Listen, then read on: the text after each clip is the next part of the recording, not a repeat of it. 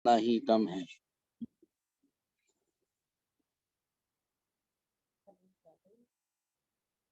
پچھلے دنوں میں جو ہماری کلاس ہوئی اس میں ہم نے علاج بالقرآن کی اہمیت اور کیا وجوہات ہوتی ہیں جن وجوہات کی بنا پر ہم اس سے استفادہ نہیں کر پاتے ان کو زیر بحث لایا۔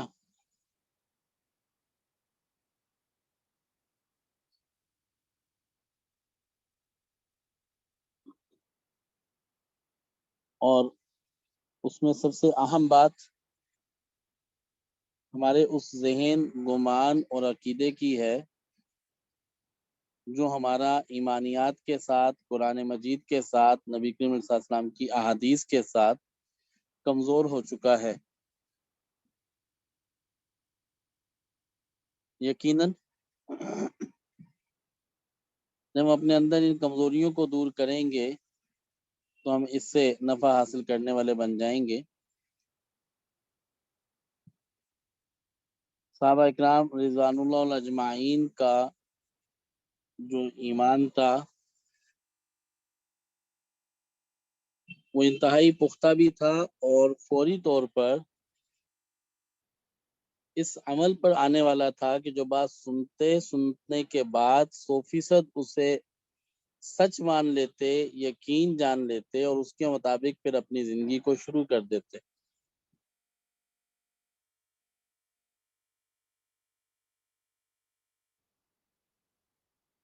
اور آخر کوئی تو ایسی بات تھی جس بات کی بنا کے اوپر انہوں نے فاقوں میں، تکالیف میں، پریشانیوں میں، مشکلات میں ایک عمدہ زندگی گزاری۔ آج ہم اپنی زندگیوں کا کمپیریزن اگر ان کی زندگیوں کے ساتھ کریں، میں زندگی کے کمپیریزن کی بات کر رہا ہوں، میں اس بات کا کمپیریزن نہیں کر رہا کہ ہماری ایمانی کیفیت کیا ہے اور ان کی ایمانی کیفیت کیا ہے۔ زندگیوں کا کمپیریزن کریں تو آج ہمارے پاس کھانے کو عمدہ کھانا اور وسیع کھانا موجود ہے، پہننے کو، رہنے کو کپڑے، مکانات، موسم طبیعت کے موافق نہ ہو تو اس موسم کو کنٹرول کرنے کے حالات، مال کے اعتبار سے مال کی کثرت، افرادی قوت کے اعتبار سے افرادی قوت کی زیادتی، غرض زندگی کے ہر پہلو میں گھر بار سے لے کر سواری تک اگر ہم زندگی کو دیکھیں تو ہم ہر اعتبار سے ان سے اس اعتبار سے کہ ان کے پاس جو آسائشیں اور جو زندگیاں تھیں وہ کس حد تک تھی اور ہمارے پاس کس حد تک ہیں۔ اگر دیکھا جائے جیسا کہ عام معاشرے کی سوچ ہے تو ان کے پاس علاج کی وہ سہولت نہیں تھی جو علاج کی سہولت ہمارے پاس ہے، لیکن پھر بھی ان کی زندگی بہت خوبصورت اور ہماری زندگی اس وقت آپ سب کے سامنے ہے۔ اس کے اندر چھپی ہوئی بات کو ایک دفعہ محسوس کر لیں۔ میں نے پہلے دن بات کی تھی الا بذکر اللہ تطمئن القلوب، اللہ کا ذکر انسان کے دلوں کو اطمینان بخشتا ہے، اللہ کے ذکر سے ہی دلوں میں اطمینان پیدا ہوتا ہے۔ لیکن جب انسان اطمینان کی کیفیت میں ہوتا ہے تو اطمینان کی کیفیت میں انسان پریشانی میں بھی ہو، تکلیف میں بھی ہو تو انسان کو پریشانی اور تکلیف نہیں محسوس ہوتی، جبکہ پریشانی تو انسان پہ آتی ہے۔ صحابہ کی زندگی کا جب مشاہدہ کیا جائے تو پتہ چلتا ہے کہ بھوک کی حالت سے 2 مہینے ایسے گزر جاتے تھے کہ ان کے پیٹ پہ پتھر بن جاتے تھے، لیکن 2 مہینے ان کے ہاں چولہا نہیں جلتا تھا۔ نبی کریم صلی اللہ علیہ وسلم کے ہاں 2 مہینے چولہا نہیں جلا۔ کسی وقت کھانا میسر ہوا اور کسی وقت کھانا میسر نہیں ہوا، سردی کی سخت رات ہو اور صحرا کی سردی ہو تو انہیں سنسروک، انہیں نمونیا، اس طرح کی علامات دیکھنے کو نہیں ملتی۔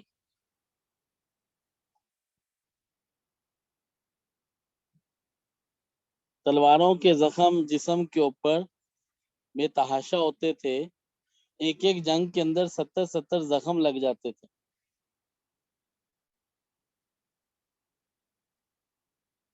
حتیٰ کہ جنگ لڑتے لڑتے بازو کٹ گیا اور وہ بازو تھوڑا سا لٹک گیا، انہوں نے اس بازو کو اپنے کندھے پہ ڈال دیا اور پھر لڑائی میں شریک ہو کر لڑنا شروع کر دیا۔ لڑتے لڑتے بازو لٹکنے کی وجہ سے تنگ کرنے لگا تو اس کو اپنے ہی پیر کے پنجے کے نیچے دبایا اور کھینچ کے سائڈ پہ پھینک دیا اور جنگ میں پھر شریک ہو گیا۔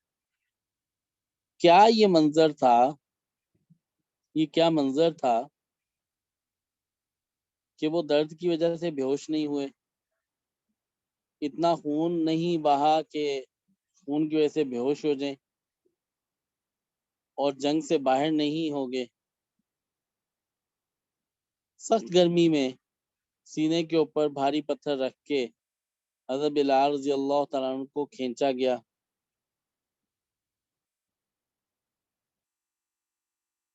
حضرت خبیب رضی اللہ تعالیٰ عنہ من الارت فرماتے ہیں کہ کوئلے کی پچ بنا کے اس پہ لٹا دیا جاتا تھا اور کمر کی چربی اور کھال پگھل کے اس سے وہ کوئلے بجھتے تھے، اور ان کی کمر مبارک پہ بڑے بڑے کھڈے پڑے ہوئے تھے، یعنی کہ ایسی زندگی گزارنے والے کیا تھا، ان کے پاس در حقیقت اطمینان پیدا ہو چکا تھا، ان کے پاس اطمینان آ چکا تھا، یہ حالت اطمینان میں تھے۔ ایک صحابی اور نبی کریم علیہ السلام اور ان کی جماعت صحرا میں موجود ہیں، سخت سردی ہے اور زمین کے ساتھ چمٹے پڑے ہیں سردی کی وجہ سے، اور ان کو نمونیا نہیں ہوتا، فلو نہیں ہوتا۔ آج ہم اپنا مشاہدہ کریں، گرمی کے اندر 1 کلومیٹر پیدل چل لیں تو بلڈ پریشر لو ہو جائے گا، بے ہوش ہو کے گر پڑیں گے۔ ایک وقت کا کھانا نہ کھائیں تو اتنے لاغر ہو جائیں گے کہ دوسرے حالت کے لیے دوسرے وقت میں ہلنے کی ہمت نہیں ہوگی۔ آخر ان کی زندگیوں کا اگر مشاہدہ کیا جائے، ان کی زندگیوں کو اگر دیکھا جائے، ان کی زندگیوں کے اوپر اگر غور کیا جائے تو پتہ یہ چلتا ہے کہ یہ ہر حال میں در حقیقت مطمئن رہنے والے تھے۔ ہر حال میں کیوں مطمئن تھے، کیسے مطمئن تھے؟ اس لیے کہ انہوں نے اپنے رب کو پہچان لیا تھا، انہیں یہ بات سمجھ آ چکی تھی کہ ہمارا جینا مرنا اللہ کے لیے ہے، اللہ ہی کے ہاتھ میں سب کچھ ہے، ساری چیزوں کا قبضہ اللہ جل شانہ کے ہاتھ میں ہے، اور ہم نے اللہ جل شانہ کی مرضی اور اطاعت والی زندگی گزارنی ہے۔ اب چونکہ ان کے پاس رخ ہی یہی تھا، لہذا ان کے پاس کسی قسم کا کوئی خوف نہیں تھا، ان کے پاس کسی قسم کا کوئی خوف نہیں تھا، کسی طرح کا کوئی خوف نہیں تھا۔ مثلا اس وقت اگر ہم اپنے معاشرے کا مشاہدہ کریں، معاشرے کے اوپر غور کریں، ہمیں یہ پتہ چلتا ہے کہ اس وقت ہمارے معاشرے میں سب سے زیادہ جو خوف لاحق ہے، سب سے زیادہ جو خوف لاحق ہے وہ خوف در حقیقت ہمیں معاشرے کا خوف ہے، لوگوں کا خوف ہے. سب سے زیادہ معاشرے کا خوف ہے، لوگوں کا خوف ہمیں سب سے زیادہ ہے.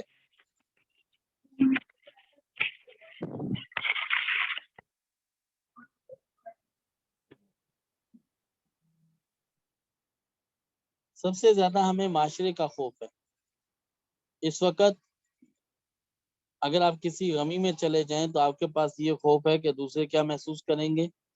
آپ خوشی میں چلے جائیں تو آپ کے پاس یہ ہوگا کہ دوسرے کیا محسوس کریں گے، دوسرے کیا سوچیں گے. اس خوف کے پیچھے آپ اپنے سارے امور کو سرانجام دیتے ہیں، حتیٰ کہ آپ کا لباس پہننا، آپ کا باہر نکلنا، آپ کا رکھ رکھاؤ، آپ کے گھر کے اندر تقاضے، آپ کے گھر کی ضروریات، آپ کے معاملات، ان سب چیزوں میں ایک کامن چیز یہ ہے کہ آپ کو یا ہم سب کو خوف ہے، اور وہ ہے لوگوں کا خوف، فیئر آف پیپل. یہ جو فیئر آف پیپل ہے یہ در حقیقت لوگوں کا خوف ہے. نماز پڑھتے ہوئے لوگ نماز مختصر کر دیتے ہیں کہ لوگ کیا کہیں گے. دعا مانگتے ہوئے لوگ دعا مختصر کر دیتے ہیں کہ لوگ کیا کہیں گے. یہ وہ فیئر آف پیپل ہے جو فیئر آف پیپل ہمیں ہر وقت ہر جگہ پہ لاحق ہے. اور یہ اس وقت یہ خوف 99% افراد کے اندر موجود ہے. 99% افراد میں یہ خوف موجود ہے، اور اس خوف کی وجہ سے ہم حالت اطمینان کو چھوڑ چکے ہیں. اور یہ خوف اس حد تک ہے کہ ہر شخص ہر وقت کسی نہ کسی خوف میں مبتلا ہے. ہر وقت کسی نہ کسی خوف میں ہر شخص مبتلا ہے. اب انسان گناہ کیوں کر رہا ہے؟ انسان گناہ اس لیے کر رہا ہے، جھوٹ اس لیے بول رہا ہے، جھوٹ بول کے مال اس لیے بیچ رہا ہے کہ اسے خوف ہے کہ میرے پاس نفع کم آئے گا، کم نفع آئے گا تو میرا نظام نہیں چلے گا. رشوت لینے والا رشوت کیوں لیتا ہے؟ وہ اس خوف میں مبتلا ہے کہ میری تنخواہ سے میرا گزارا نہیں ہوگا. رشوت لینے والا اس وجہ سے اس خوف میں مبتلا ہے.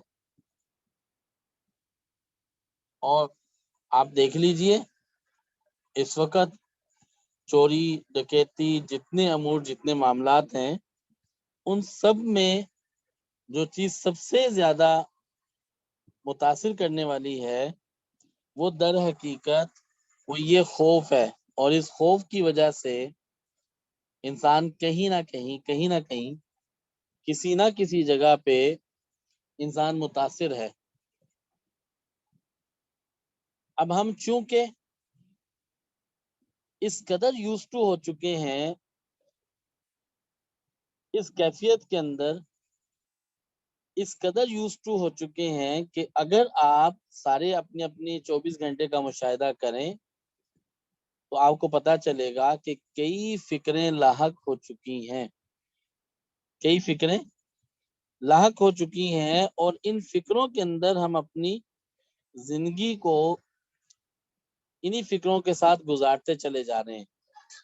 اور ہم ایک لمحے کے لیے اس بات کو سوچتے نہیں ہیں، ایک لمحے کے لیے اس بات کے اوپر خیال نہیں کرتے کہ کیا ایسی ہی زندگی ہمیں گزار لینی ہے، کیا ہمیں اسی طرح کی زندگی کے اوپر چلنا ہے. جب ہم اس بات کو سوچ لیں، محسوس کر لیں اور یہ طے کریں کہ نہیں ہمیں ایسی زندگی نہیں گزارنی، تو یہ وہ زندگی ہے جو زندگی اللہ جل شانہ نہیں چاہتے کہ اس کا بندہ ایسی زندگی گزارے. اللہ جل شانہ نے جتنے احکامات ہمیں عطا فرمائے وہ سارے احکامات وہ ہیں جن احکامات کو اختیار کرنے سے، جن احکامات کو اپنانے سے ہمیں دنیا کی بھلائیاں ملتی ہیں، اور وہ احکامات ہمارے جسم کے لیے ضروری ہیں. یہ وہ احکامات ہیں جن احکامات کو اختیار کرنے سے ہماری صحت اچھی رہتی ہے، ہمارا ذہن اچھا رہتا ہے، جن احکامات کو اختیار کرنے سے ہماری سوچ اچھی رہتی ہے، اور ہمیں ہر جگہ رویہ دیا ہے۔ جتنے بھی احکامات ہمیں حقوق العباد سے متعلق بتائے، وہ سارے وہ احکامات ہیں جن حقوق العباد کو اختیار کرنے سے ہمارے ارد گرد کے اندر ہماری معاشرتی زندگی اچھی ہوگی، ہماری گھریلو زندگی اچھی ہوگی، ہماری معاملات کی زندگی اچھی ہوگی۔ سارے وہ احکامات ہیں جن کو اختیار کرنے سے ہماری ہر طرح کی زندگی اچھی ہونا شروع ہو جائے گی۔ گویا کہ اسلام نے جو ہمیں زندگی دی ہے وہ انتہائی پرسکون، پرعظمت اور خوبصورت زندگی عطا کی ہے، اور اسلام نے ہمارے بھی اور دوسروں کے بھی ذہنی نفسیاتی مسائل کا اور ذہنی نفسیاتی کیفیت کا بھی لحاظ رکھا ہے۔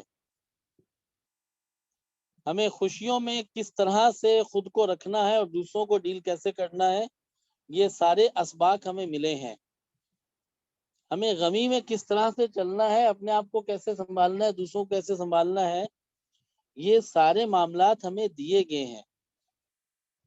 اور ان سب سے بڑھ کے ہمیں ایمان کی وہ کیفیات دی ہیں جو ایمان کی کیفیات اختیار کرنے کی وجہ سے، ایمان کو اختیار کرنے کی وجہ سے ہم مجموعی طور پر ایک مضبوط جسم اور مضبوط روح کے مالک بن جاتے ہیں۔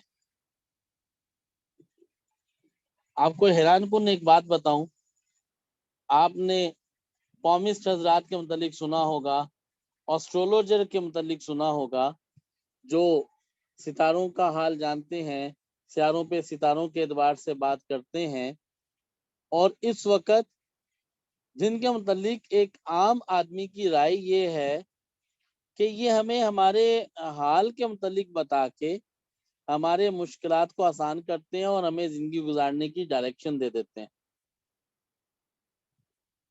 اور جبکہ سیاروں کی اگر کوئی نحوست ہو تو جب یہ واضح کرتے ہیں، بتاتے ہیں اور یہ توجہ دلاتے ہیں کہ اچھا فلاں ستارے کا یہ اثر ہے، فلاں ستارے کا یہ اثر ہے، جب یہ توجہ دلاتے ہیں تو لوگ ان کی توجہ اختیار کر کے کوشش کرتے ہیں کہ اس نحس اثرات سے اپنے آپ کو بچا لیں، تو اس کے لیے ان کی دی ہوئی انسٹرکشن کے مطابق عمل کرتے ہیں۔ جبکہ اسلام اتنا خوبصورت مذہب ہے کہ اسلام نے ان چیزوں کے نحس اثرات سے ہمیں بچایا بھی ہے اور ہمیں نفسیاتی طور پہ مبتلا بھی نہیں کیا اور خوف میں بھی مبتلا نہیں کیا۔ میری ایک نجومی سے بات ہوگی، ملاقات ہوگی، تو میں نے اس سے یہ بات کہی، میں نے کہا کہ عام طور پہ ایسا ہوتا ہے کوئی آدمی سفر کرنا چاہتا ہے اور آپ حساب لگاتے ہیں، کہتے ہیں کہ سفر آپ کے لیے مؤثر نہیں ہے، آپ کو سفر نہیں کرنا، آپ کو اس سفر سے نقصان ہوگا، تو اس کا کیا حل ہے؟ کہنے لگا کہ وہ واقعی سفر نہیں کرے گا تو اس سے نقصان ہوگا۔ میں نے اس سے کہا کہ ایک شخص حج پہ جانا چاہتا ہے تو وہ جو حج پہ جانا چاہتا ہے اس کا سفر اس کے لیے تو فرض ہے کہ حج اس پہ فرض ہو چکا ہے، وہ حج ادا کرنا چاہتا ہے۔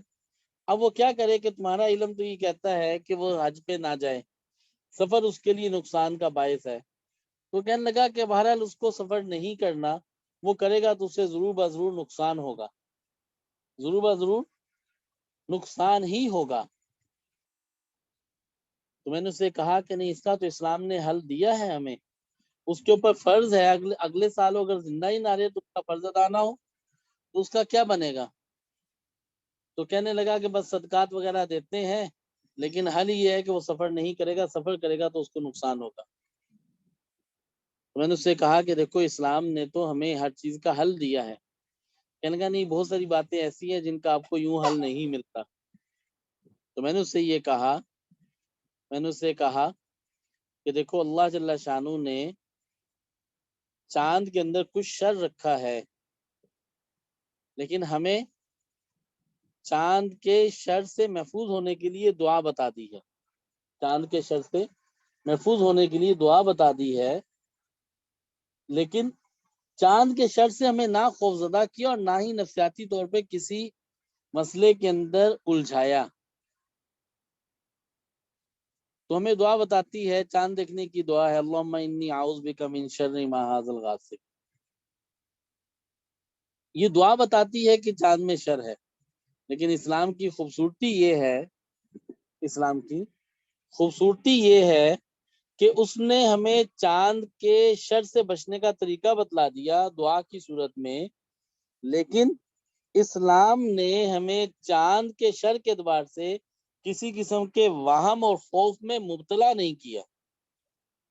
یہ ہاتھ دیکھتے ہیں اور کہتے ہیں تمہاری زندگی میں کوئی حادثہ پیش آئے گا، تمہاری ایسے ایسے موت واقع ہو جائے گی، اور یہ خوف پیدا کرتے ہیں اور خوف زدہ کرتے ہیں۔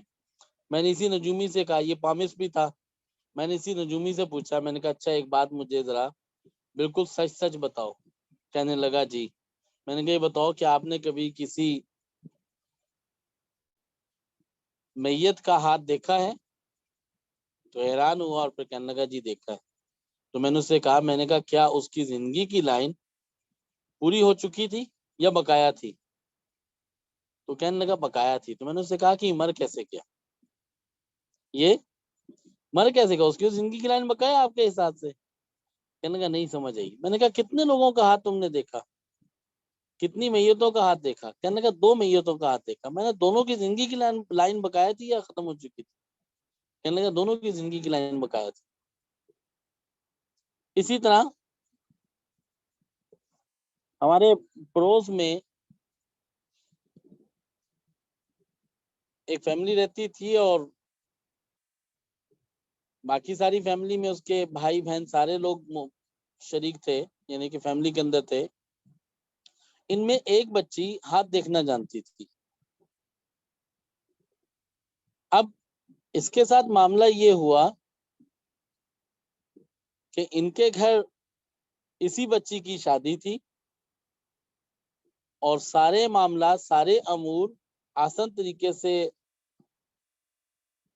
انجام دیے، پورے ہوئے، سارے امور پورے ہوئے، اور اب یہ شادی کے معاملات سے فارغ ہو کے یہ بچی اور اس کے ساتھ دوسرے بعض فیملی ممبر دوسرے شہر جانے کی تیاری کرنے لگے، اور حادثہ پیش آیا۔ اس فیملی کے ساتھ، ایک ہی فیملی کے 7-8 لوگ شدید حادثے کا شکار ہوئے، اور بہت بڑا نقصان انہوں نے لیا۔ اس بچی کی عادت کے لیے میں ہاسپٹل چلا گیا، تو میں نے اس سے پوچھا، میں نے کہا کیا تم نے اپنا ہاتھ نہیں دیکھا تھا؟ کیا تم نے اپنا ہاتھ نہیں دیکھا تھا؟ حالانکہ اس سے پہلے یہ بہت زیادہ اس بات پہ یقین بھی رکھتی تھی اور لوگوں کو بتاتی بھی تھی۔ تو کہنے لگی کہ بھائی نہیں، مجھے کوئی ایسی انڈیکیشن کبھی نہیں آئی،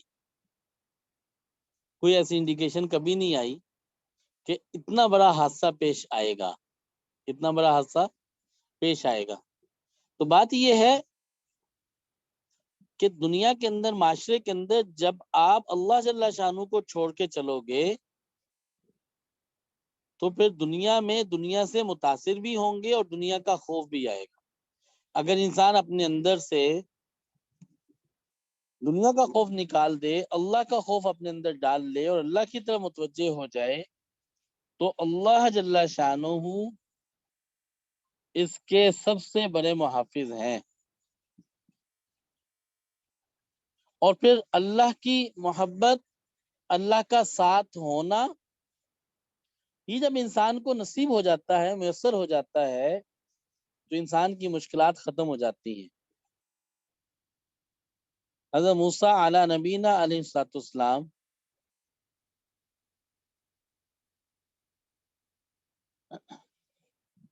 جب تشریف لے گئے کوہ طور کی طرف، تو اللہ جل شانہ نے پوچھا، اے موسیٰ تمہارے ہاتھ میں کیا ہے؟ تو انہوں نے کہا عصا ہے، اور اس عصا کی کوالٹیز بھی ساری بتا دی۔ کہا اسے پھینکو۔ جب پھینکا تو وہ اژدہا بن گیا۔ کہا اب اسے پکڑو، تو یہ ڈرنے لگے۔ پھر کہا کہ ڈرو نہیں، اللہ تمہارے ساتھ ہے، اللہ تمہارے ساتھ ہے۔ جب اللہ جل شانہ ساتھ ہوگے تو پھر سارا خوف بھی ختم ہو گیا۔ حضرت محمد صلی اللہ علیہ وسلم ہجرت کر کے جب تشریف لے گئے اور حضرت ابوبکر صدیق رضی اللہ تعالیٰ عنہ ساتھ تھے، تو اس وقت جو پیغام آیا وہ آیا ان اللہ معانا۔ تو یہ معیت ربی جب انسان کے ساتھ ہوتی ہے تو انسان ہر طرح کے خوف سے دور ہوتا ہے، تو صرف خوف سے ہی دور نہیں ہوتا بلکہ معیت ربی کے ہونے کی وجہ سے، اللہ کے ساتھ نصیب ہونے کی وجہ سے انسان کی بگڑی بن جاتی ہے اور انسان کی زندگی بن جاتی ہے۔ اس وقت ہم جس دور سے، جن حالات سے گزر رہے ہیں، ان حالات میں ہمیں سب سے زیادہ ضرورت ہے کہ اللہ جل شانہ کی مدد ہمارے ساتھ ہو جائے، اللہ جل شانہ کا ساتھ ہمیں نصیب ہو جائے، اللہ جل شانہ کا ساتھ ہمیں مل جائے، اور ہمیں ہر اس عمل سے بھی بچنے کی ضرورت ہے جس سے اللہ کی مدد اٹھ جائے، جس سے اللہ کا ساتھ چھوٹ جائے، ان راستوں سے بچنے کی ضرورت ہے۔ لہذا اللہ جل شانہ کا ساتھ لینے کے لیے، اللہ جل شانہ کی معیت حاصل کرنے کے لیے ضروری ہے کہ ہم اپنے کھانے پینے کو، اپنے رزق کو حلال کرنا شروع کریں، ہمارا رزق حلال طیب ہوتا چلا جائے۔ اس چیز کی ضرورت ہے کہ ہم اس کے اوپر کوشش کریں اور اپنے آپ کو حرام سے بچائیں اور طیب اور پاکیزہ غذاؤں کو استعمال میں لے کر آئیں اور مال کے اعتبار سے حلال اور طیب حاصل کریں اور اللہ جل شانہ سے حلال طیب پاکیزہ رزق مانگیں۔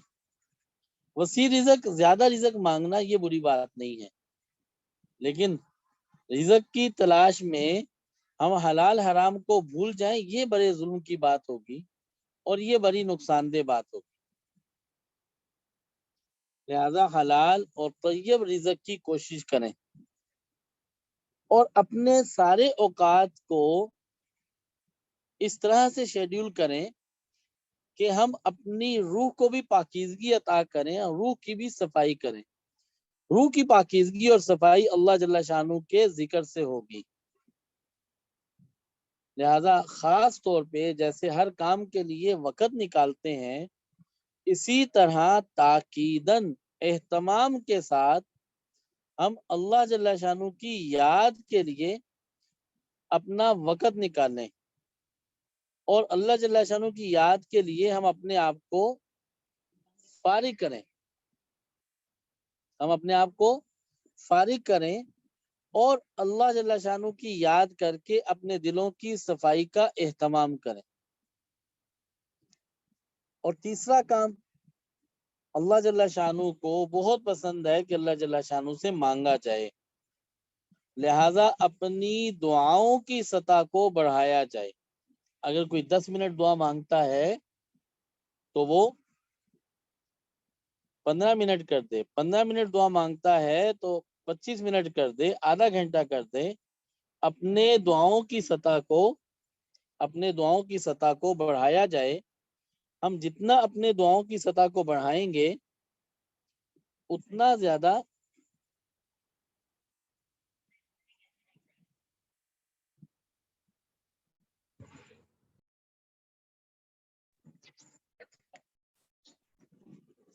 اپنی دعاؤں کی سطح کو بڑھائیں گے اتنا زیادہ اللہ جل شانہ کا قرب نصیب ہوگا۔ لہذا اپنی ساری محنت کے ساتھ حلال طیب رزق، دعاؤں کی سطح کو بڑھانا اور اپنے دلوں کی صفائی روزانہ کی بنیاد پہ کرنا، یہ ہمارے لیے اشد ضروری ہے۔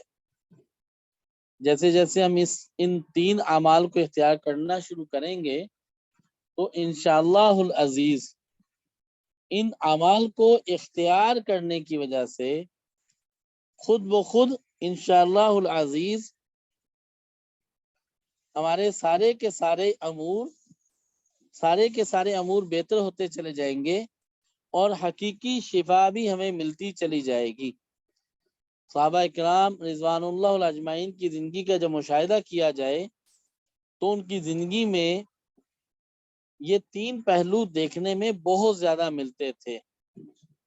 ایک، اپنے سارے کاموں کو چھوڑ کر اللہ جل شانہ کی یاد میں لگنا اور ذکر کے حلقے لگانا، حلال طیب خوراک کی بہت زیادہ ایفرٹ کرنا اور کوشش کرنا، حتیٰ کہ اگر ایک کھجور کی گٹلی یا ایک کھجور بھی مشتبہ شک والی محسوس ہو تو اس سے بھی اپنے آپ کو بچا لیتے تھے، اور دن کے وقت میں خوب محنت کرنا، دین کے اوپر بھی، دین کی محنت کے اوپر بھی، اور اپنے کام کاج میں بھی لگنا، اور رات کے اندر اللہ جل شانہ کے سامنے کھڑے ہونا، گر گرانا، رونا اور دعائیں مانگنا، اور اس کی وجہ سے اللہ کی محبت، اللہ کی ذات عالی کا یقین اور اللہ سے متاثر ہونا ان کے اندر ایسا آ چکا تھا کہ دنیا کی کوئی چیز انہیں متاثر نہیں کرتی تھی۔ نہ یہ ذہنی طور پہ متاثر ہوتے تھے، نہ روحانی طور پہ متاثر ہوتے تھے، نہ ہی جسمانی طور پہ متاثر ہوتے تھے۔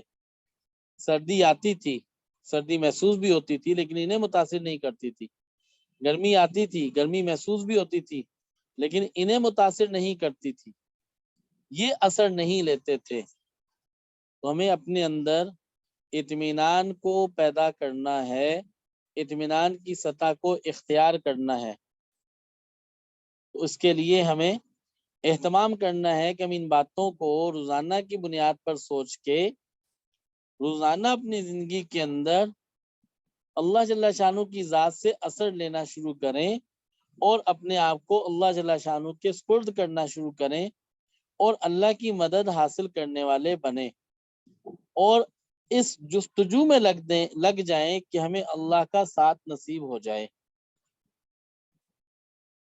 صحابہ تو اس جستجو میں لگ جاتے تھے کہ اللہ ان کے ساتھ ہو جائے، تو جس کے ساتھ اللہ ہوگا اسے دنیا کی کوئی پریشانی نہیں لگے گی۔ اللہ جل شانہ نے تو واضح فرمایا کہ میں انسان کے رگے جان سے زیادہ قریب ہوں۔ پھر ایک اور جگہ فرمایا وَهُوَ مَعَكُمْ أَيْنَمَا كُنْتُمْ، تم جہاں کہیں ہو میں تمہارے ساتھ۔ لیکن ہم ہیں کہ ہم سارے کاموں کو کرتے ہیں لیکن اللہ کو اپنے ساتھ نہیں سمجھتے۔ تو اس وقت خوب دل کی گہرائی کے ساتھ یکسو ہو کر اس دھیان کے ساتھ بیٹھیں گے کہ ہم اللہ جل شانہ کے سامنے ہیں، اللہ جل شانہ کے دربار میں حاضر ہیں، اور ہم اللہ کے حضور پیش ہیں، ہمارا سب کچھ اللہ جل شانہ کے سامنے ہے، اور اسی دھیان کے ساتھ ذکر کریں گے اپنے سانس کے ذریعے، اور اس کا اتنا اہتمام کریں گے کہ آج واقع ہی ہم اپنے آپ کو اللہ کے حضور پیش کر دیں۔ روشی پڑھیں، آنکھیں بند کر لیں۔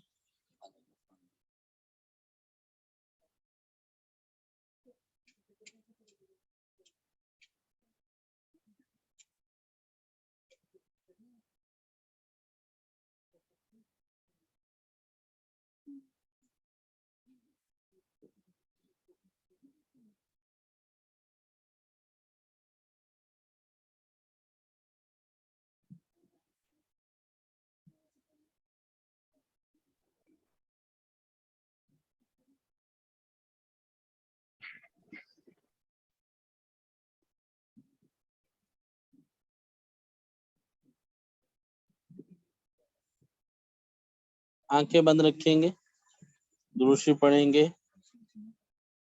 یکسو ہو کے بیٹھیں گے، سارا دھیان، ساری توجہ اپنے سانس پہ رکھیں گے۔ سانس اندر جائے اللہ، سانس باہر نکالے ہو اللہ،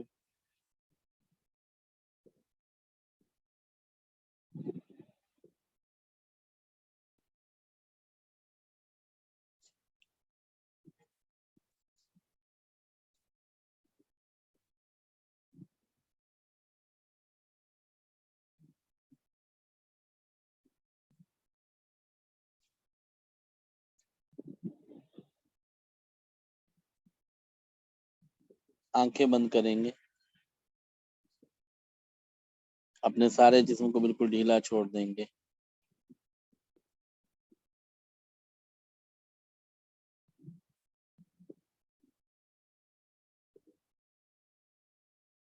اپنے سانس کے اوپر غور کریں گے، سانس اندر جائے اللہ، سانس باہر نکالیں ہو اللہ،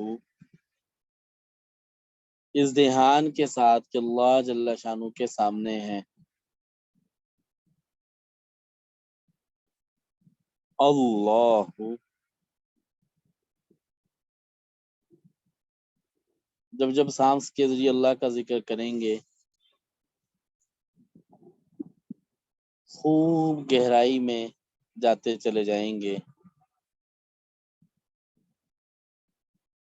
اللہ، ہر سانس کہے اللہ،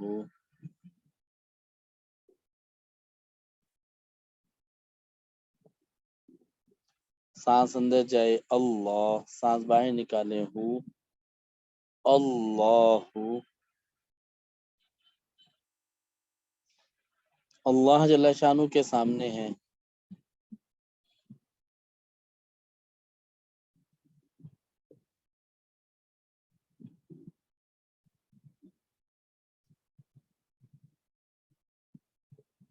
ذکر کے ساتھ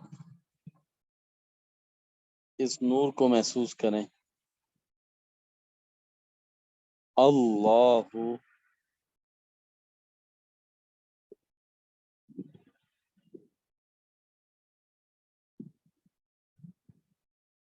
اللہ،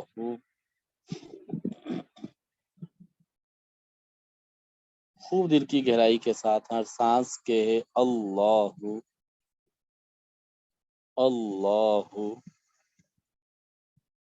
اللہ، اللہ، اللہ، اللہ، اللہ۔ جب جب ذکر کرتے چلے جائیں گے، اللہ کا نور بڑھتا چلا جائے گا، اللہ، اللہ، ہر سانس کہے اللہ، اللہ، اللہ، اللہ، اللہ، اللہ، اللہ،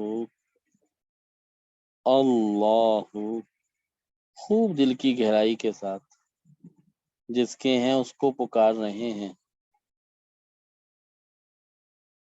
جس کے ہیں اس کو پکارتے رہیں گے، اللہ، اس دھیان کے ساتھ وَهُوَ مَعَكُمْ أَيْنَمَا كُنتُمْ،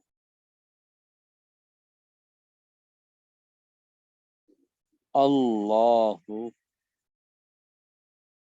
اللہ، اللہ، اللہ، اللہ، اللہ، اللہ، ہر سانس کے ساتھ اللہ کا نور جسم میں جا رہا ہے، اللہ، اللہ، اللہ، اللہ، اللہ، اللہ، اللہ، اللہ،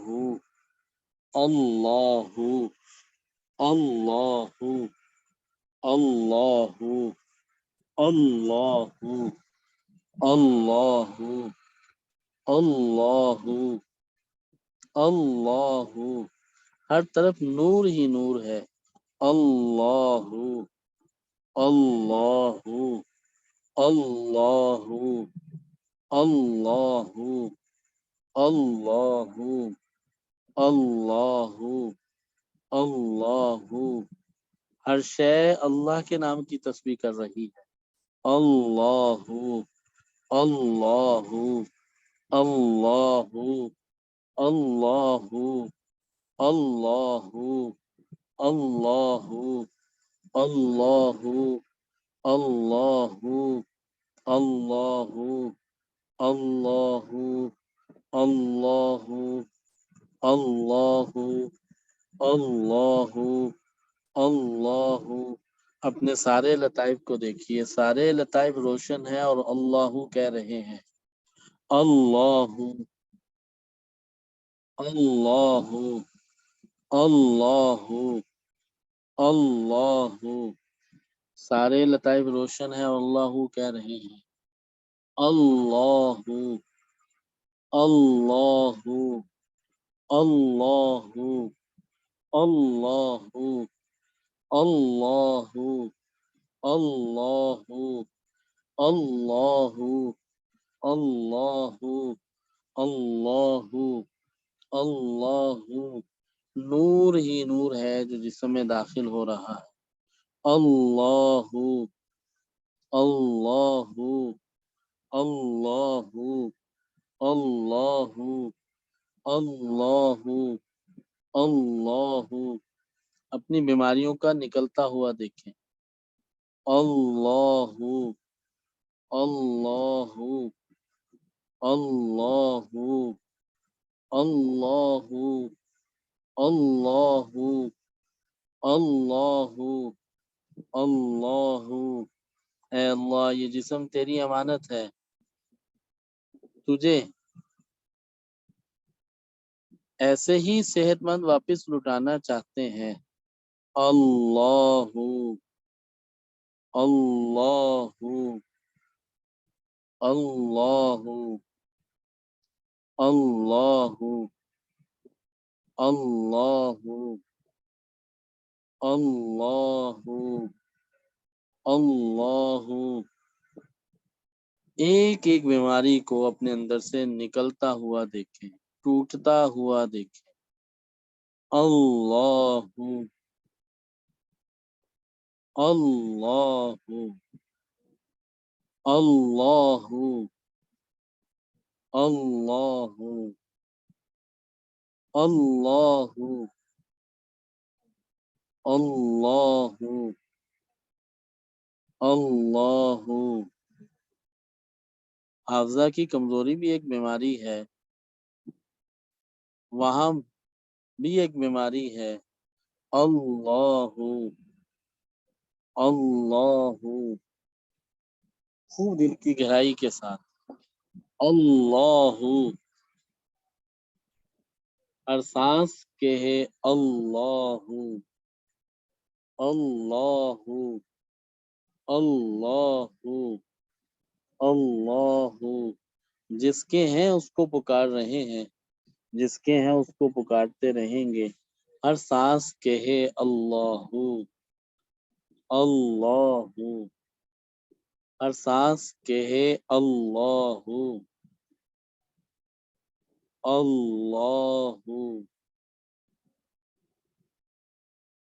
اللہ. اپنی بیماریوں کو نکلتا ہوا دیکھیں. بیماری نکل رہی ہے، آپ سے دور جا رہی ہے. اللہ، ذہنی روحانی نفسیاتی ہر مرض کو نکلتا ہوا دیکھیں. اللہ اللہ اللہ اللہ اللہ اللہ. ہر سانس کے ہے اللہ،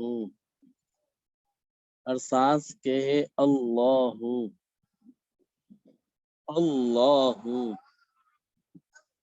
اللہ اللہ. اے اللہ، زندگی ہمیشہ میڈیکل سٹور کے سامنے کھڑے ہو کے گزار دی. کبھی ایک ڈاکٹر سے پرچہ لکھوایا اور میڈیکل سٹور کے آگے کھڑے ہو گئے دوائیاں لینے کے لیے، اس یقین کے ساتھ کہ میں ان دوائیوں سے ٹھیک ہو جاؤں گا۔ آج اپنی بیماریوں کو لے کر تیرے سامنے ہوں۔ اللہ، تو شافی ہے، شفا کے خزانے تیرے ہاتھ میں ہیں، ہر سانس کے ہے اللہ، ہر سانس کے ہے اللہ، ہر سانس کے ہے اللہ، ہر سانس کے ہے اللہ، اللہ۔ اے اللہ تیرے حبیب کا فرمان ہے، قرآن میں بھی تو نے یہ فرما دیا کہ میرا بندہ مجھ سے جو گمان باندھ لیتا ہے میں اس کے گمان کے مطابق فیصلہ کر دیتا ہوں۔ اللہ، اللہ، اللہ، اللہ، اللہ، ہر سانس کے ہے اللہ، ہر سانس کے ہے اللہ، اللہ، اللہ، اللہ، اللہ، اللہ، اللہ، اللہ، اللہ، اللہ، اللہ، اللہ، اللہ، اللہ، ہر سانس کے ہے اللہ، ہر سانس کے ہے اللہ، ہر سانس کے ہے اللہ، خوب دل کی گہرائی کے ساتھ، خوب دل کی گہرائی کے ساتھ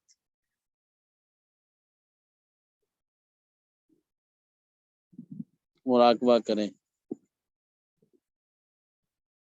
بیت اللہ میں ہے، اللہ کی رحمت بیت اللہ پہ آ رہی ہے اور بیت اللہ سے پھر آپ کے دل پہ براہ راست آ رہی ہے۔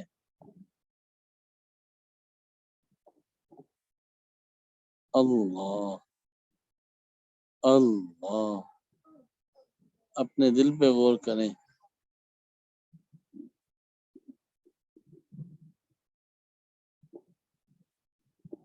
دروشی پڑھیں، رفتہ رفتہ آنکھیں کھولیں۔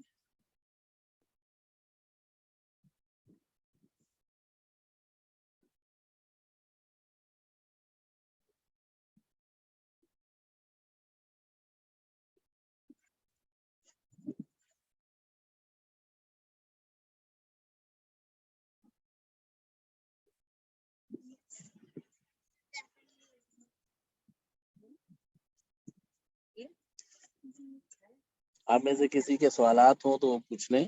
کل کا سیشن انشاءاللہ العزیز مجموعی طور پہ 3 حصوں پہ مشتمل ہوگا۔ ایک حصے میں بات چیت ہوگی، دوسرے حصے میں ہم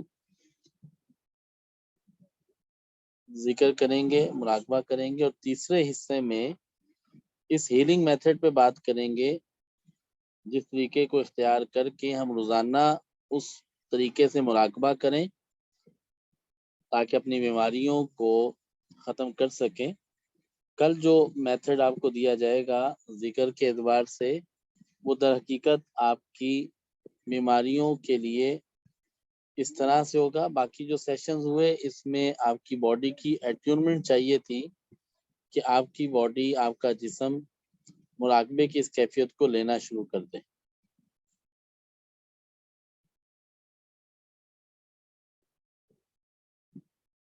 جی، آپ میں سے کسی کا کوئی سوال ہو پوچھنا چاہیں تو پوچھ لیں۔ السلام علیکم ورحمۃ اللہ وبرکاتہ۔ جی وعلیکم السلام۔ ڈاکٹر مجھے غصہ بہت آپ آتا نے جیسے ابھی ایک کیفیت تھی، آپ نے کہا تھا کہ اس تصور کے ساتھ کہ بیماری نکل رہی ہے، یہ تصور بنانا بہت مشکل ہو رہا تھا، ایسا کیوں ہوتا ہے؟ دیکھیں، تصور نہ بنائیں، بس آپ یہ دیکھیں کہ آپ جب ذکر کر رہی ہیں اور جب ہو کہہ رہی ہیں تو آپ کے جسم کے اندر سے آپ کی جو کمی ہے وہ باہر جا رہی ہے. جی بس اس کو آپ نے دل کی آنکھ سے دیکھنا ہے. صحیح. اور مراقبے کو ہم لا آف اٹریکشن کہہ سکتے ہیں کائنڈ آف. جی کسی حد تک آپ کہہ سکتے ہیں کہ مراقبہ لا آف اٹریکشن ہے، لیکن لا آف اٹریکشن کی تھیوری بالکل ایک الگ سی ہے. جی بالکل. جزاک اللہ. السلام علیکم ورحمۃ اللہ وبرکاتہ. جی وعلیکم السلام ورحمۃ اللہ وبرکاتہ. جی میرا سوال یہ تھا کہ نور کا فیل کرنا جو ہے نا وہ صرف یہ نہیں ہے نا کہ ہم صرف بولیں نور نکل رہا ہے، ہمیں کوئی احساس چاہیے ہوتا ہے، کوئی کلر چاہیے ہوتا ہے. ہم کیا فیل کریں گے؟ روشنی آ رہی ہے کہ ہمارے جسم میں، یہ فیلنگ ہمیں صرف خالی مطلب ہمیں تصور میں کوئی نہ کوئی چیز لانی ہوگی، ورنہ اس طرح تو پھر ہم کبھی نہیں اس طرف آ سکیں گے. تو آپ اس میں کچھ رہنمائی کر سکتے ہیں کہ وہ کنسیپٹ کیا ہو نور کا؟ وہ صرف بولنے سے نہیں بلکہ ہمیں کوئی چیز ایسی چیز جو دنیا میں کوئی چیز ہم ریلیٹ کر سکیں اس سے، اور اس کو ہم پھر تصور کریں اور پھر وہ تصور بعد میں مضبوط ہو جائے اور اس کی ضرورت نہ پڑے ہمیں. یہ جو ہمارے لطائف کا جب ذکر ہوا ہے، لطائف کو جب ایکٹیویٹ کیا گیا تھا تو اس میں لطائف کے ساتھ در حقیقت لطائف کے کلرز بھی بیان کیے گئے تھے، اور ان کے ساتھ ایک بیم آف لائٹ تھا کہ جب آپ اللہ کہتے ہیں تو آپ کا اللہ کہنا عرش کے ساتھ جا کے ٹکراتا ہے. تو اس میں چونکہ یہ بات پہلے ڈسکس ہو چکی ہے، ہو سکتا ہے آپ نے وہ کلاس نہ لی ہو یا رہ گئی ہو، البتہ اس کو کل ہم ایک دفعہ دوبارہ ڈیفائن کر دیں گے. چلیے ٹھیک ہے. ایک آپ کا سوال ایک اور ہے میرا. کانسیپٹ کلیئر ہو جائے گا. جی جی انشاءاللہ. میری کلاس مس ہوئی ہے obviously، تو مجھے پتہ نہیں تھا. میں یہ کہہ رہی تھی کہ نارملی جب مراقبہ کروایا جاتا ہے تو اس بندے کے ساتھ آپ کی ایک اسپرچل جو نا تعلق ہونا چاہیے، مطلب آپ اس کے ساتھ بیعت ہونے چاہیے. ادروائز کہتے ہیں کہ اگر آپ بیعت نہیں ہوں گے تو پھر اس سے کچھ آپ کو نیگیٹو امپیکٹ بھی آ سکتا ہے. تو جیسے میں آپ سے بھی بیعت نہیں ہوں تو کیا اس کا مجھے کوئی نقصان تو نہیں ہوگا؟ دیکھیں اس وقت ہماری اس کلاس کے اندر مختلف سلاسل کے لوگ موجود ہیں. بعض لوگ ایسے ہیں جو شاید کسی اور سے بیعت ہوں گے، اور جو ہمارے سلسلے میں بیعت ہونا چاہتے ہیں وہ بیعت ہو سکتے ہیں، اس میں مذائقہ کوئی نہیں ہے. ہاں اگر ایک شخص بیعت نہیں ہوتا اور وہ ذکر کو کرتا ہے، مراقبے کو کرتا ہے، اور وہ رابطے میں رہے اور اس کے پاس جو فیلنگز کیفیات ہوں ان کیفیات کو شیئر کرتا رہے اور اپنی گائیڈ لائن لے کے آگے چلتا رہے، تو پھر انشاءاللہ العزیز کوئی نقصان نہیں ہے. صرف فقط یہ ہوتا ہے کہ جب آپ مراقبہ کرتے ہیں اور مراقبہ کرنے میں ابھی تو آپ خود کوشش کر رہے ہو کہ آپ تصور کرو، لیکن حقیقت یہ ہے کہ جب آپ مراقبہ کرتے ہیں تو پھر آپ تصور نہیں کرتے، آپ کو چیزیں محسوس ہوتی ہیں اور آپ کو دکھنے لگتی ہیں. اصل کیفیت یہ ہے کہ آپ امیجن نہیں کرتے. ابتدا میں آپ کو مراقبہ سیکھنے کے لیے شاید بعض چیزوں کو امیجن کرنا ہو، لیکن عمومی طور پر جو ذکر کرنا شروع کر دیتے ہیں، جن کا دل ایکٹیو ہو جاتا ہے، لطائف ایکٹیویٹ ہو جاتے ہیں، انہیں پھر امیجن نہیں کرنا ہوتا، پھر وہ مشاہدہ ہونے لگتی ہیں چیزیں. تو جب یہ کیفیت آ رہی ہوتی ہے تو اس وقت انسان کو ان چیزوں پہ آنا ہوتا ہے کہ وہ چیزوں کو سمجھ لے، اپنی کیفیت بتا کے اپنی ڈائریکشن کے مطابق صحیح ڈائریکشن پہ چلتا رہے، تو پھر سے کوئی نقصان نہیں ہوتا. جی بہتر. جزاک اللہ خیر. اور السلام اس علیکم وقت ڈاکٹر. میں ایک بات اور کر لوں، اس وقت چونکہ ہمارا فوکس یہ بھی ہے، ہم ایک جنرل قسم کی پریکٹس کروا رہے ہیں تاکہ لوگ جو بیماریوں میں پریشانیوں میں ہیں وہ جہاں کہیں بھی ہوں اس میتھڈ کو اختیار کریں، اور اس کے ساتھ اگر کوئی بھی طریقہ دوسرا علاج اختیار کریں تو ان کو اس میں فائدہ بہت ہونا شروع ہو جائے گا. جی آپ بچیے. جی بہتر. جی السلام علیکم. جی وعلیکم السلام. جی ڈاکٹر صاحب میں یہ پوچھنا چاہ رہی تھی کہ مجھے تھوڑا سا فیل ہوا ہے کہ باڈی میں جیسے ہیٹ ہے، میرے مطلب پوری باڈی میں ہیٹ فیل ہوئی ہے مجھے. اور ہے مطلب گرمی آ گئی ہے، جیسے مطلب 2-3 دفعہ سے میں نے محسوس کیا ایسا، تو کیا اس کے لیے کیا کرنا چاہیے مجھے؟ لیکن جب آپ مراقبہ کرتے ہیں اور اس طرح کے سیشن میں ہوتے ہیں تو پھر آپ کی باڈی کے اندر ہارمونل چینج بھی آتا ہے، بلڈ سرکولیشن بھی چینج ہوتی ہے اور اس سے انرجی بوسٹ کرتی ہے. تو یہ اب آپ مراقبہ کرتی رہیں گی تو اسی سے ساری چیزیں بیلنس ہونا شروع ہو جائیں گی.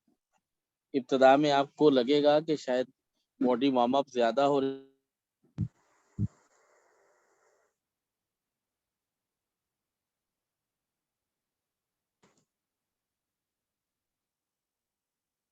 آپ کی آواز نہیں آ رہی ڈاکٹر صاحب.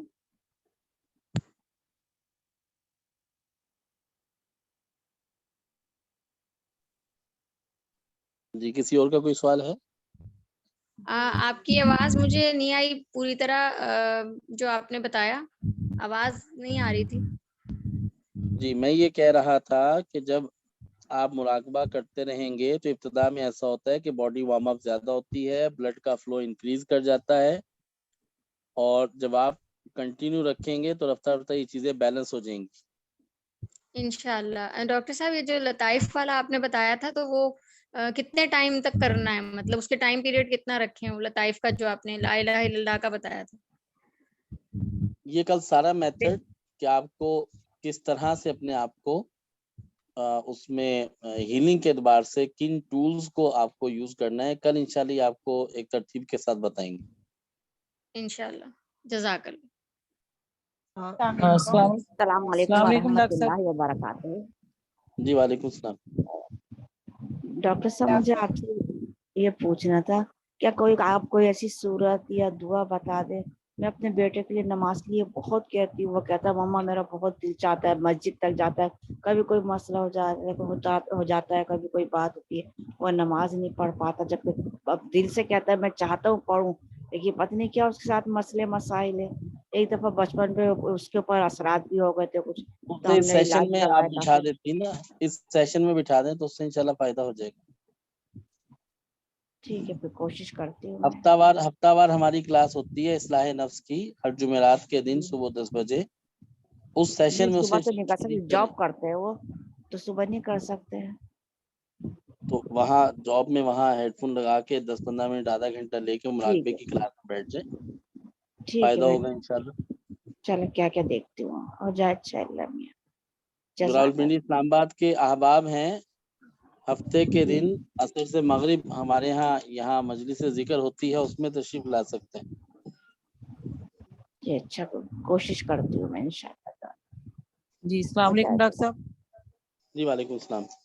ڈاکٹر صاحب ابھی ایک بہن نے جو آپ سے سوال کیا تھا اور آپ ان کو تھوڑا طریقہ کار کے بارے میں بتا رہے تھے، تو آپ نے 2-3 دفعہ یہ الفاظ استعمال کیے کہ آپ اس طرح کر لیں گی تو پھر کوئی نقصان نہیں ہوگا. تو میرے ذہن میں یہ سوال آ رہا تھا کہ جب ہم ذکر اللہ کا کر رہے ہیں اور مختلف طریقوں سے کر رہے ہیں تو اس میں نقصان ہمیں کس طرح ہو سکتا ہے؟ فائدہ ہی ہوگا نا. دیکھیں نقصان اس طرح سے ہوتا ہے، نقصان در حقیقت اس طرح سے ہوتا ہے کہ جب اگر آپ جو ہے وہ جب ذکر میں یا مراقبہ میں ہیں تو اس میں کیفیات بنتی بھی ہیں اور کبھی کیفیات ٹوٹتی بھی ہیں. جب جی کیفیات بننے لگتی ہیں تو اس میں کئی دفعہ ایسا ہوتا ہے کہ بہت سی باتوں کا مشاہدہ بھی ہوتا ہے.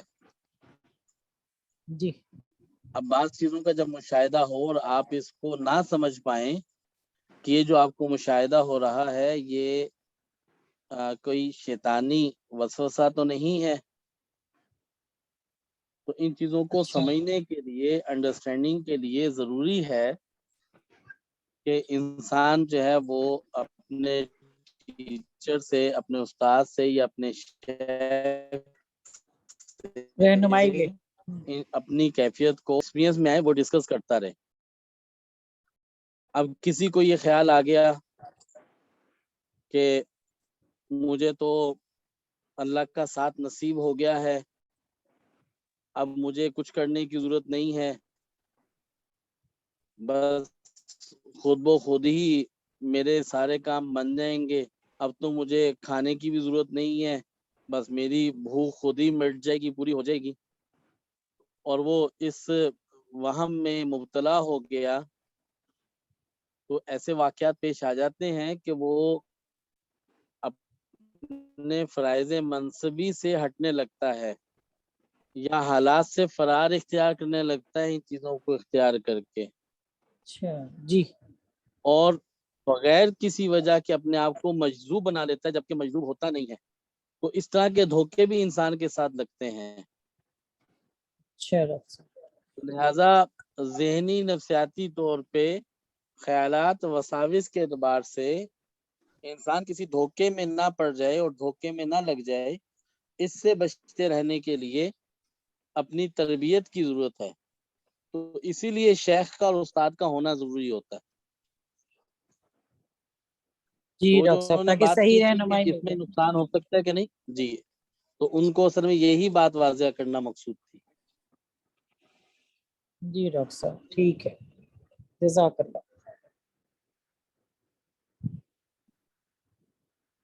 کل انشاءاللہ العزیز ہم کچھ بیماریوں کے اعتبار سے مراقبہ کریں اور کن سورہ مبارکہ کو اختیار کریں، کچھ یہ بھی انشاءاللہ تفصیل بتا دیں گے. اور ہمیں روزانہ کی بنیاد پہ ہیلنگ کے لیے کون سا مراقبہ کس انداز میں کرنا ہے وہ سٹیپ بائی سٹیپ ایک دفعہ کروا بھی لیں گے اور اس کے مطابق انشاءاللہ آپ کو گائیڈ لائن بھی دیں گے. ڈاکٹر السلام صاحب علیکم. جی ڈاکٹر صاحب، مجھے الرجی کا بہت کافی عرصے سے، میرے خیال ہے 7-8 سال سے مسئلہ ہے. تو کیا مراقبے کے ذریعے یہ صحیح ہو سکتی ہے، کچھ ریکور ہو سکتی ہے؟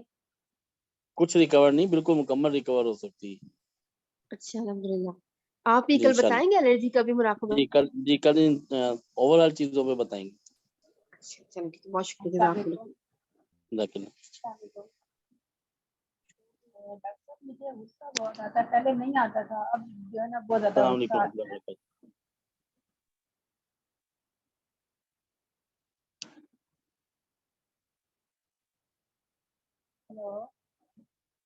ورحمۃ اللہ وبرکاتہ. ڈاکٹر صاحب یہ جو گروپ ہے اس کے لنک ایک بار شیئر کریے، کیونکہ اس دن آپ نے شیئر کیا لیکن پھر سائن آؤٹ ہونے کی وجہ سے وہ کاپی نہیں ہو سکے.